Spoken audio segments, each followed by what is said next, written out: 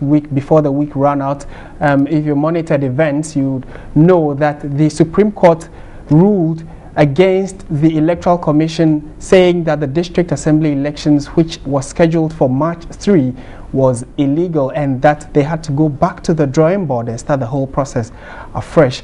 It has raised a number of concerns, and if you have monitored the media landscape, lots of people are calling for the Electoral Commission to be dealt with, because the lawyer in question that took the issue to court on behalf of the fisherman said that they had written 3 times to the Electoral Commission, but they decided to go contrary or to heed to the advice. Now the issue has been thrown out. Some of the persons who were campaigning to vie for the various positions said they've lost money, and that the EC must be made to account for all the money that they've used. And then also there are those who are saying that the state should deal with the Electoral Commission and ask them to refund the monies to these persons. How is this going to play out in the coming days, and is it going to affect our electoral system in terms of local governance?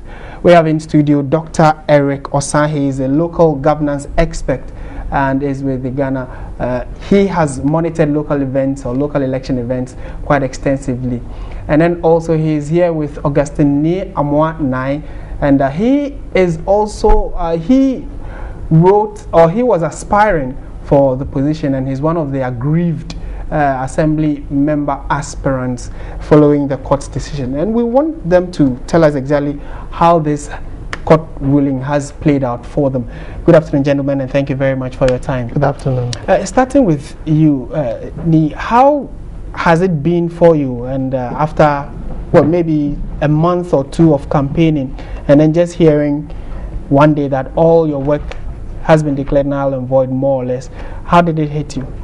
Well, for me, I'm a bit surprised at the unprofessional way of things that have been put up by the Electoral Commission. I'm a bit surprised again at the way they have conducted themselves.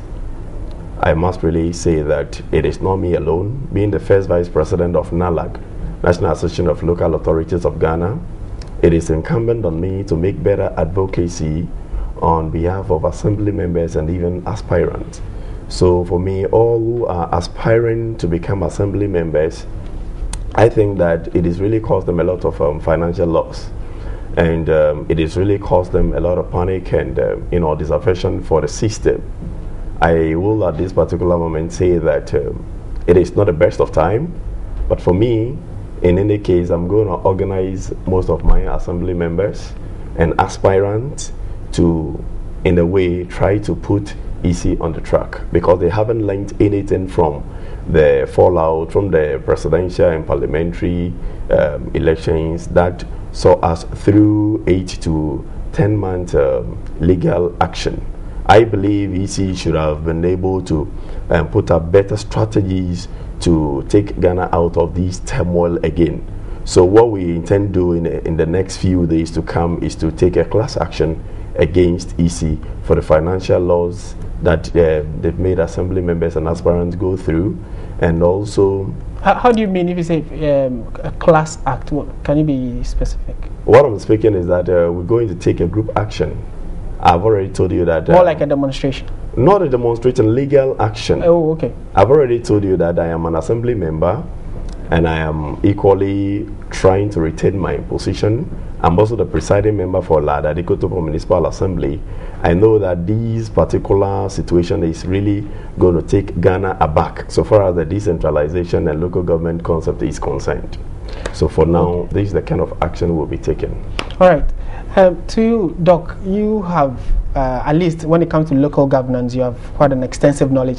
How does this augur for our elections when it comes to the local level? And is it going to be a setback, or because the court has ruled, it is going to just let us put things in proper shape to move forward? Thank you very much. I mean, it's one of the ways which has demonstrated that in terms of local level elections, our EC has not risen up to the occasion. This is not the first time this is happening. We look at what happened in 2010, which forced us to run the elections over a period of 2 months, and this one has also happened. It tells me that the EC's competency when it comes to local level elections is questionable. But that is not to say that we cannot do anything about it. We need to step up our efforts. The energies we have for national level elections, presidential and parliamentary, we should spend same energies for the local level elections. And I must say that it has an impact on local governance in this country, because we're expecting to go to the polls on the 10th of March. After that, we're going to have new assembly members who would come into office, so that the old assembly members will be seen to be exiting from the system. Then we get the system running. As it stands now, the old assembly members are exiting by the 14th of March. We don't have new assembly members. We leave an organizational vacuum there. The assembly system has been designed in such a way that we have checks and balances. The General Assembly, who are the assembly members, acts as a check on the administration, which is headed by the coordinating director and the chief executive. You can imagine what will happen. This is also happening within the first quarter, when most of the assemblies are supposed to submit various financial reports to the center. Now, these financial reports are expected to be vetted by the Finance and Administration Subcommittee of the Assembly, made up of assembly members. Where are the assembly members to vet these committees? So it has also accountability implications. The other implication is on governance. The enthusiasm and then the interest. Already, we saw dwindling interest in the local level elections. With this one, it will be a setback. It means that we have to do extra work in campaigning, in whipping voter enthusiasm. I can imagine the quantum of loss to the NCC, to the Ministry of Local Government, to other CSOs who were whipping voter enthusiasm. We have to go back the drawing table. And then again, the quantum of loss to the Republic of Ghana. The EC has been directed to start the process all over again. Question we need to ask is, how much have we spent up until the point the Supreme Court ruled? And how much do we need to spend to be able to get the election back on track? And as we're speaking now again, EC has not come out with a timetable. We need the EC to come out with a timetable, a definite timetable for us to operate with. Right, but the issue of the CI 85, that's right. Was it not something that we needed to, we needed to be part of the final decision process from the Electoral Commission's point of view before going ahead to, because it has to do with demarcation of electoral areas. Yeah, that's and right. We needed to, there were some communities that had issues with the clear definition of the area. And the rest. Yes. So how does this play in? Because it is a necessity as we stand. But how would we have had a successful district level election if we didn't have CI 85? We wouldn't have been able to have a successful election without CI 85. Because remember, before CI 85, people have gone to court. The Supreme Court has made a ruling for the demarcation of certain electoral areas. And as a result of the creation of new constituencies, we had these electoral areas redemarcated. So you need to support them under law. So the CI 85 was formulated and sent to Parliament. Under normal circumstances, this CI, under Article 11(7) of the Constitution, would have to mature after 21 days. So all that EC should have done was that you wait for the 21 days to elapse, then you open nominations. But what the EC did in this particular instance was to open nominations and even close nominations before the maturation of CI 85. So if you are going to organize an election under a particular law and the law doesn't exist, it stands to reason that everything you did before the law was passed is unconstitutional. But it looked as if we would have allowed it to go had that gentleman not taken the issue to court. The EC was warned from afar, and as the lawyer for the plaintiff indicated, that they've written letters to them 3 times. Parliament has had the occasion to caution them. And I quite remember the day the CI matured and Parliament was passing it. Honorable Barton Odru, who chaired on that day, also cautioned the EC. So the signs were clear on the wall, except that for some reason, the whole commission decided to ignore it. Let me also take this from your position. I'm sure you had some level of deliberation on interactions with the Electoral Commission probably before nominations were opened or during the process. Did you and your other colleagues or members know about the issues with demarcations? Yes. And did you raise it with them? As a matter of fact, I've already told you my position as the first vice president of NALAG. NALAG is supposed to play advocacy on behalf of all assembly members and also with the running of the various assemblies so far as local government is concerned. So these are issues that we have been championing over the years. So for me, it is not even about aspirant raising issues. For me, I knew about the well-demarcated area that pertain to La Dadikoto Municipal Assembly, but the few areas that have not come on board, for me, shouldn't be an issue for the new aspirant. It doesn't know anything. So it was rather incumbent on the EC to educate the new one that was coming on board. So this is the stand. And then let me also use the platform to say that National Association of Local Authorities of Ghana should not sit down on some of these issues. As a research-based kind of secretariat, you should know some of these indicators and then give government or the EC or the governmental institutions the information earlier, research findings, that if you do these are the kind of repercussions or consequences that we'll be getting at the end. Thank you very much. How much have you lost in terms of campaigning, and then estimatedly, how much do you think that has gone down? I can tell you honestly that I've lost more than 10,000 cities for this particular election, because I was fighting on two fronts. Being the presiding member, I need to become an assembly member before you can be voted to become a presiding member. That is one. And also, if I should lose my position, automatically I lose my executive position on NALAG. So it was incumbent on me to do more.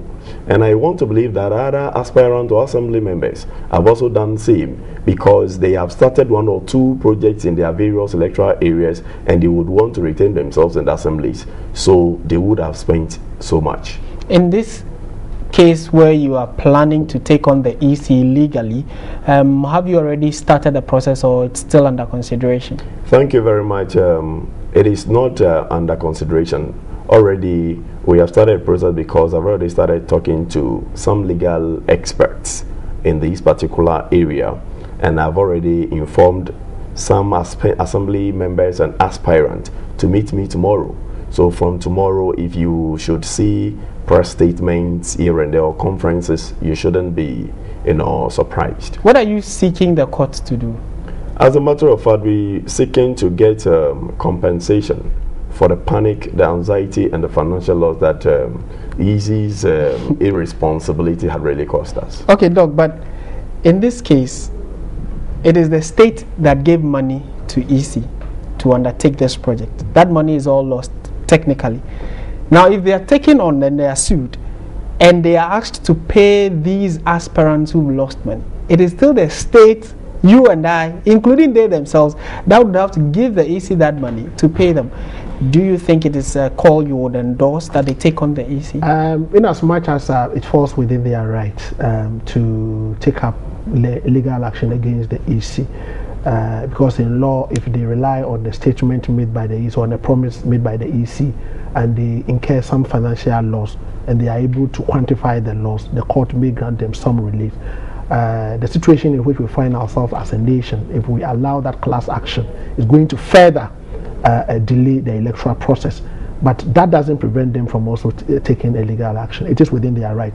But looking at weighing the options, if all assembly members in Ghana takes up a class action against the Electoral Commission, it is an action against the Republic of Ghana. That is and remember, huge. The Republic of Ghana will then have to look for money to pay for this assembly members, and then look for money to finance the upcoming elections again.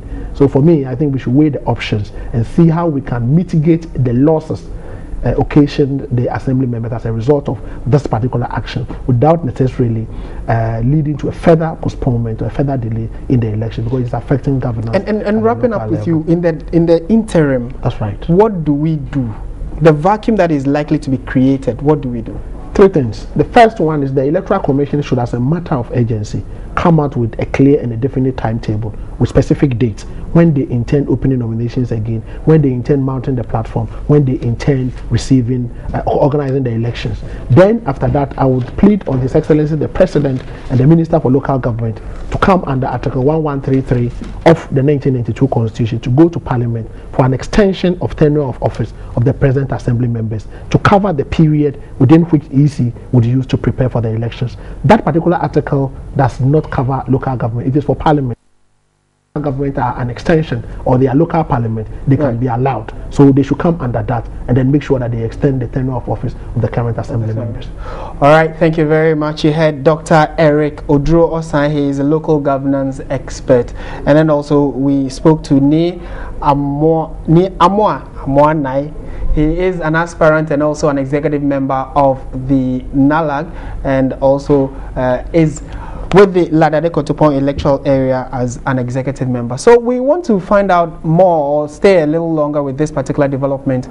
The executive director of the Center for Local Governance Advocacy, Dr. Vladimir Chidanso, has also released a statement on this particular development, and he has expressed worry about the cancellation of the district level elections by the Supreme Court. Now, Vladimir Chidanso says the assembly members have become necessary, especially because their tenure expires on the 14th of March 2015, and feared it is unlikely new assembly members would be elected before the 14th of March date. He called on the representatives of the people parliament to intervene. The district level elections initially slated for the 3rd of March was cancelled over last week, and we are joined on the line for this particular issue to delve a while into it. Dr. Vladimir Chidanso, thank you very much for your time. You're very welcome. Technically, there is going to be a vacuum created. There seemed to be some advice coming from Dr. Odro, who is also, an expert in this, when it comes to local governance. But from where you stand, how bad is the issue of the cancellation, and what kind of impact would it have on our local level elections? Well, the cancellation is both good and bad. When you say how bad, yes, very bad in the sense that it will dim the spirit of voters, to dim the spirit of those who have put themselves up for election, etc., etc. Already, we have only 30% turnout in local governance elections, and this is very bad. Secondly, it's also bad because people are prepared, and all of a sudden we have this kind of hiccup. But the good side of it is that I think democracy is being crystallized one way or the other. The intransigence of the EC has been brought to a halt because there is another institution within our democratic dispensation that can tell the EC you were wrong. And that also shows that individuals or organizations can sue each other one way or the other in our democracy, which is very good. But that is exactly why we at the CLGA, that is the Center for Local Governance Advocacy, feel that we don't have to wait and don't look only at the negative side, because this is a lacuna in our constitution, where the constitution is silent on such a situation. So what do? We are advocating that Parliament should extend the powers of the existing assembly. Other than that, one very bad aspect of it is that they may continue working and everything is null and void. We'll have some constitutional crisis when people take them to court again. But Doc, did your association know about the gray area with regards to the CI 85, and did you do anything about it in terms of maybe referring it or drawing the attention of the Electoral Commission to it? We didn't do anything. There are several lacunas. Some of not only the CLGA, I personally as a researcher had a paper on some of the lacunas in our constitution about the election of the president and the president-elect, and if in the event of his death, what happens. I've given papers left and right on that. There are several lacunas in the constitution. And so when it comes to light like this, there must be a way of dealing with it. We were not aware of this, I must confess. I really must confess that we haven't taken action on this. And this will open our eyes to see those areas where local governance has a problem, and we'll draw attention to it. But as it came, we believe the same constitutional process should be used in ameliorating the situation. All right, thank you very much, Dr. Vladimir Chidanso, for your time on this issue. I'm sure it's a debate that would go on for a while, and we'll keep an eye on it and ensure that when we get any details, we'll bring it to your notice. And also pray that the interest that was generated in the last few days can be sustained up until the elections are over. But Dr. Osai, in wrapping up this discussion, is it something that you see, is there any good at all in the Supreme Court ruling, like Dr. Vladimir Chidanso mentioned? Yes, there are two things that I see. The first one is it has brought to the fore the lapses in our local government law, especially the Local Government Act, which does not make provision for an extension of tenure of office of the assembly members. So in reviewing the law, we have to take that one into consideration. It has also raised awareness of the local government elections, and it has raised the curiosity of people to read more on what exactly local government is about, what exactly the CI is about, and the duties of electoral commission when it comes to local governance elections. So for me, the awareness raising is positive, and it gives us also the opportunity to step up our campaign to sensitize people and ensure that the voter participation increases the next time it is opened. All right, thank you very much, Dr. Eric Oduro-Osai, is a local governance expert. And then also, Ne Amwa Nai, they were with me here in studio, and he is also an aspirant and is saying that they are going to take some issues, some legal issues with the Electoral Commission.